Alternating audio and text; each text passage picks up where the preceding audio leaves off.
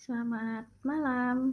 Di sini saya Nur Azizah NIM 221135335 dari kelas PGSDB akan menjelaskan mengenai kerangka strategi pembelajaran yang akan disusun berdasarkan profiling peserta didik pada topik kemarin.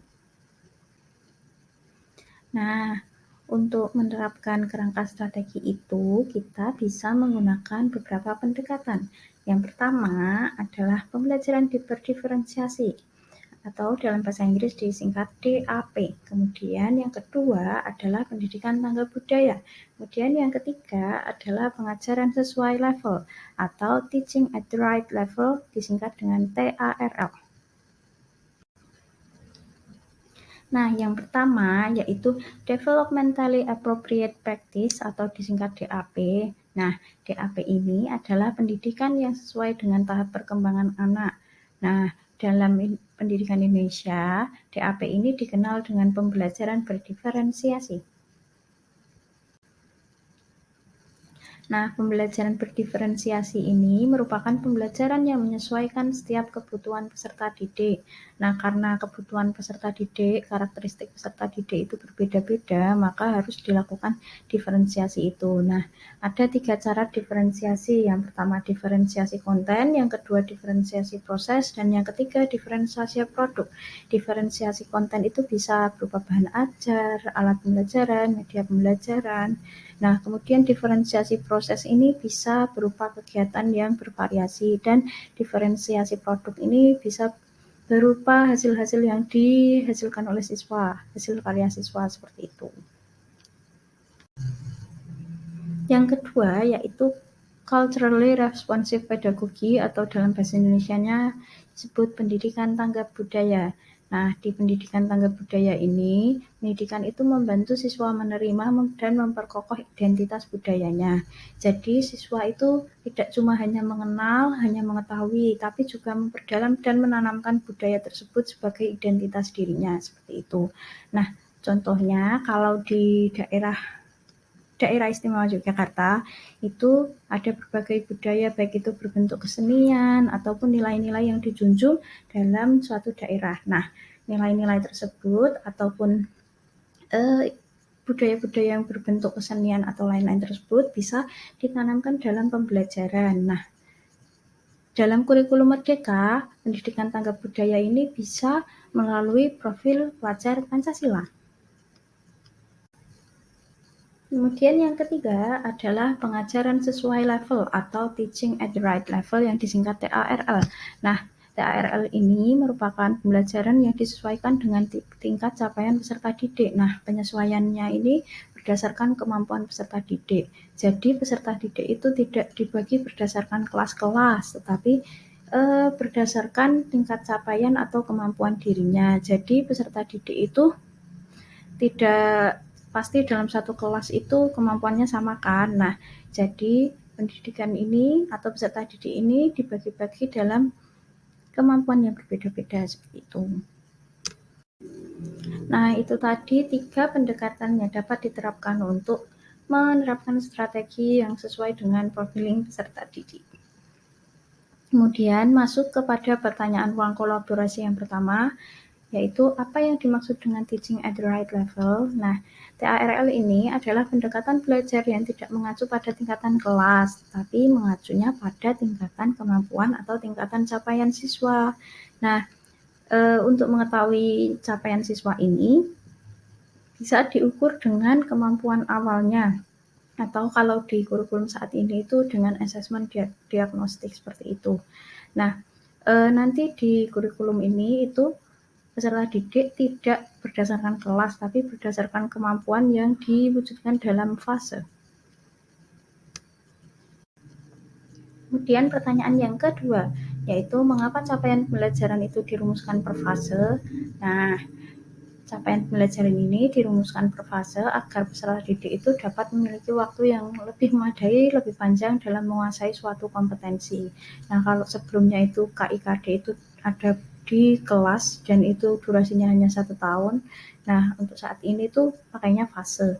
Nah, fase itu durasinya 2 tahun, tapi kalau peserta didik belum bisa menguasai suatu kompetensi atau capaiannya itu, maka bisa lebih. Jadi, itu berdasarkan tingkat capaiannya peserta didik, bukan kelasnya, seperti itu. Nah, dengan adanya CP per fase ini, peserta didik itu juga diberikan kesempatan untuk belajar dengan sesuai tingkat pencapaiannya, kebutuhannya, kecepatan, kemampuan, gaya belajarnya mereka sendiri, atau biasa dikenal dengan teaching at the right level. Kemudian pertanyaan selanjutnya, apa yang Anda pahami dengan capaian pembelajaran?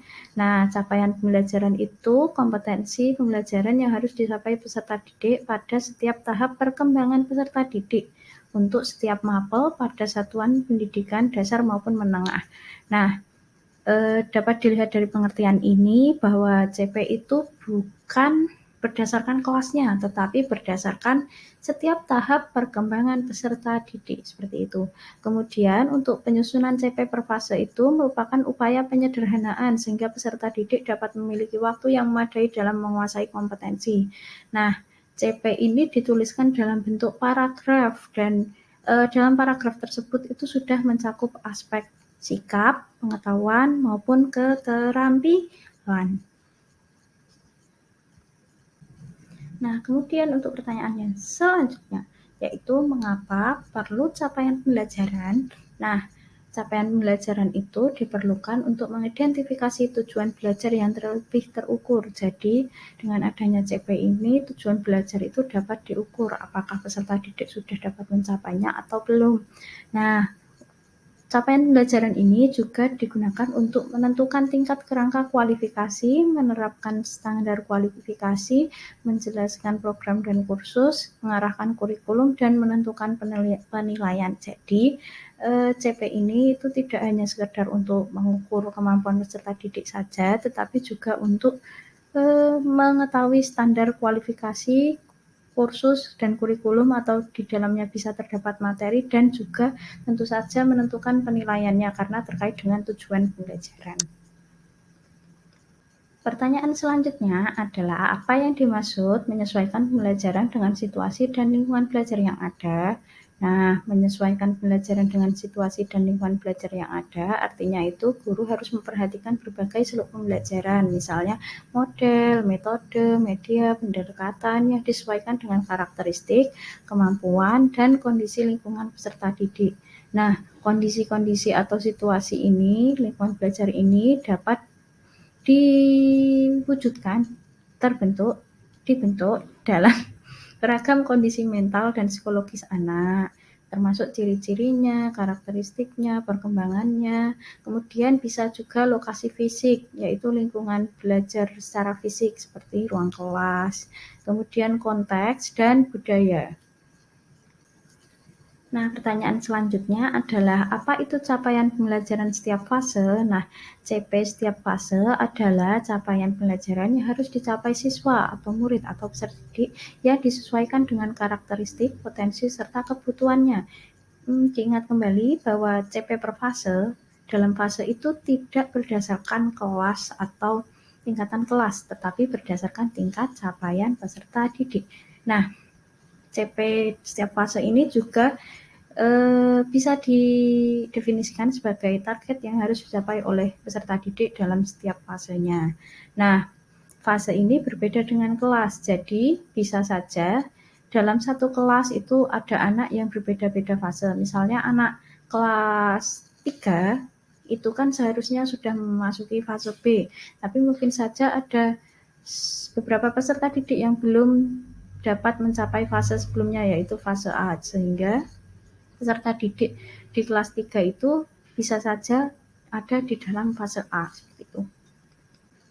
Kemudian pertanyaan yang selanjutnya adalah bagaimana cara membuat capaian pembelajaran? Nah, capaian pembelajaran ini dibuat berdasarkan tingkat capaian atau perkembangan kemampuan setiap peserta didik. Nah, CP ini itu hasil peleburan KI dan KD dan tidak lagi terpisah antara komponen sikap, pengetahuan, dan keterampilan. Nah, oleh karena itu, CP ini juga dituliskan dalam suatu format paragraf seperti itu. Nah, untuk pertanyaan yang terakhir yaitu bagaimana cara menggunakan capaian pembelajaran dengan prinsip pembelajaran. Nah, capaian pembelajaran yang ada di setiap fase itu digunakan dengan mempertimbangkan tingkat capaian atau perkembangan peserta didik yang disesuaikan dengan kebutuhan belajar dan karakteristik peserta didik. Jadi untuk menggunakan CP ini bukan sesuai kelasnya, tetapi sesuai dengan tingkat capaian peserta didik. Nah, bisa diketahui kalau dalam pembelajaran paradigma baru itu salah satu prinsip utamanya yaitu berdasarkan peserta didik atau berpusat pada peserta didik. Nah, untuk menerapkan prinsip tersebut, CP dapat digunakan dengan berbagai cara sebagai berikut. Yang pertama itu menciptakan lingkungan yang perhatian, saling peduli, terbuka, nyaman untuk belajar. Kemudian yang kedua adalah menumbuhkan hubungan positif dan konsisten. Itu tidak hanya siswa-siswa, tapi juga siswa ke guru dan sebaliknya seperti itu.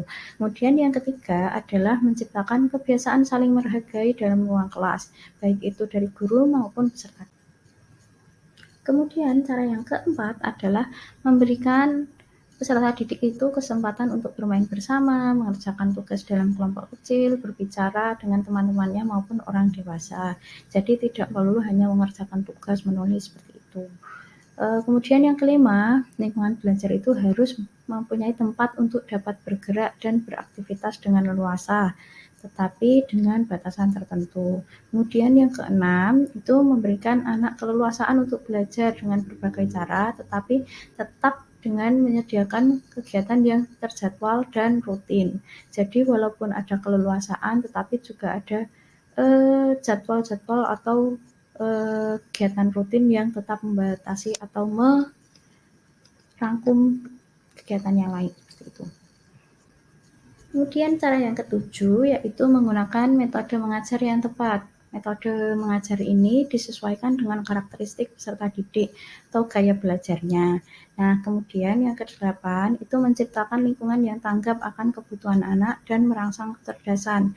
Di lingkungan di sini tidak hanya fisik, tetapi lingkungan psikologis, misalnya perkembangan mental atau perkembangan sosiokultural seperti itu. Kemudian yang kesembilan adalah menggabungkan berbagai macam pengalaman, material, dan strategi mengajar dalam menyusun kurikulum dan menyesuaikan dengan pengalaman-pengalaman yang sudah dipunyai anak sebelumnya, tingkat kematangan atau kemampuannya, gaya belajar, kebutuhan, minat, dan karakteristik yang lainnya. Kemudian untuk cara yang ke-10 yaitu menggabungkan bahasa dan budaya dari rumah anak dengan sekolah. Jadi anak kan di rumah itu pakai bahasa yang mungkin berbeda-beda, budayanya juga berbeda-beda. Nah, bahasa dan budaya yang berbeda-beda ini harus digabungkan dari rumah ke sekolah. Kemudian yang ke-11 yaitu memberikan kesempatan anak untuk memilih dan membuat rencana untuk aktivitas belajar. Nah, hal ini dilakukan agar peserta didik itu berinisiatif dan bisa mengajukan pertanyaan atau komentar-komentar yang dapat merangsang anak untuk berpikir, atau bisa juga berpikir untuk lebih tingkat tinggi atau dikenal dengan HOTS. Nah, kemudian yang ke-12 yaitu memberikan perhatian dan dukungan dalam berbagai bentuk seperti pujian, itu bisa verbal atau mungkin hadiah-hadiah dan kedekatan fisik, misalnya dalam bersalaman seperti itu. Kemudian untuk yang ke-13 yaitu menyesuaikan derajat kesulitan dengan tingkat keterampilan dan pengetahuan anak. Nah, hal ini dilakukan agar anak itu bisa percaya diri saat ia berhasil mengerjakan tugas-tugasnya. Kemudian yang ke-14 yaitu mengembangkan kemampuan anak untuk bertanggung jawab dan mengatur diri. Dan yang ke-15 adalah menyusun kurikulum yang tepat dan membuat evaluasi atas proses dan hasil belajar anak. Evaluasi ini nantinya akan digunakan untuk refleksi agar pembelajaran selanjutnya itu lebih baik lagi seperti itu. Nah, itu tadi pemaparan dari saya. Nah, strategi-strategi itu tadi dapat diterapkan di kelas kita. Kita juga harus menyusun strategi itu berdasarkan karakteristik atau profiling peserta didik yang sudah kita buat kemarin. Nah, mari kita ciptakan pembelajaran yang memprioritaskan peserta didik agar nantinya pembelajaran itu bisa menyenangkan dan bermakna. Terima kasih. Apabila ada kesalahan, mohon maaf.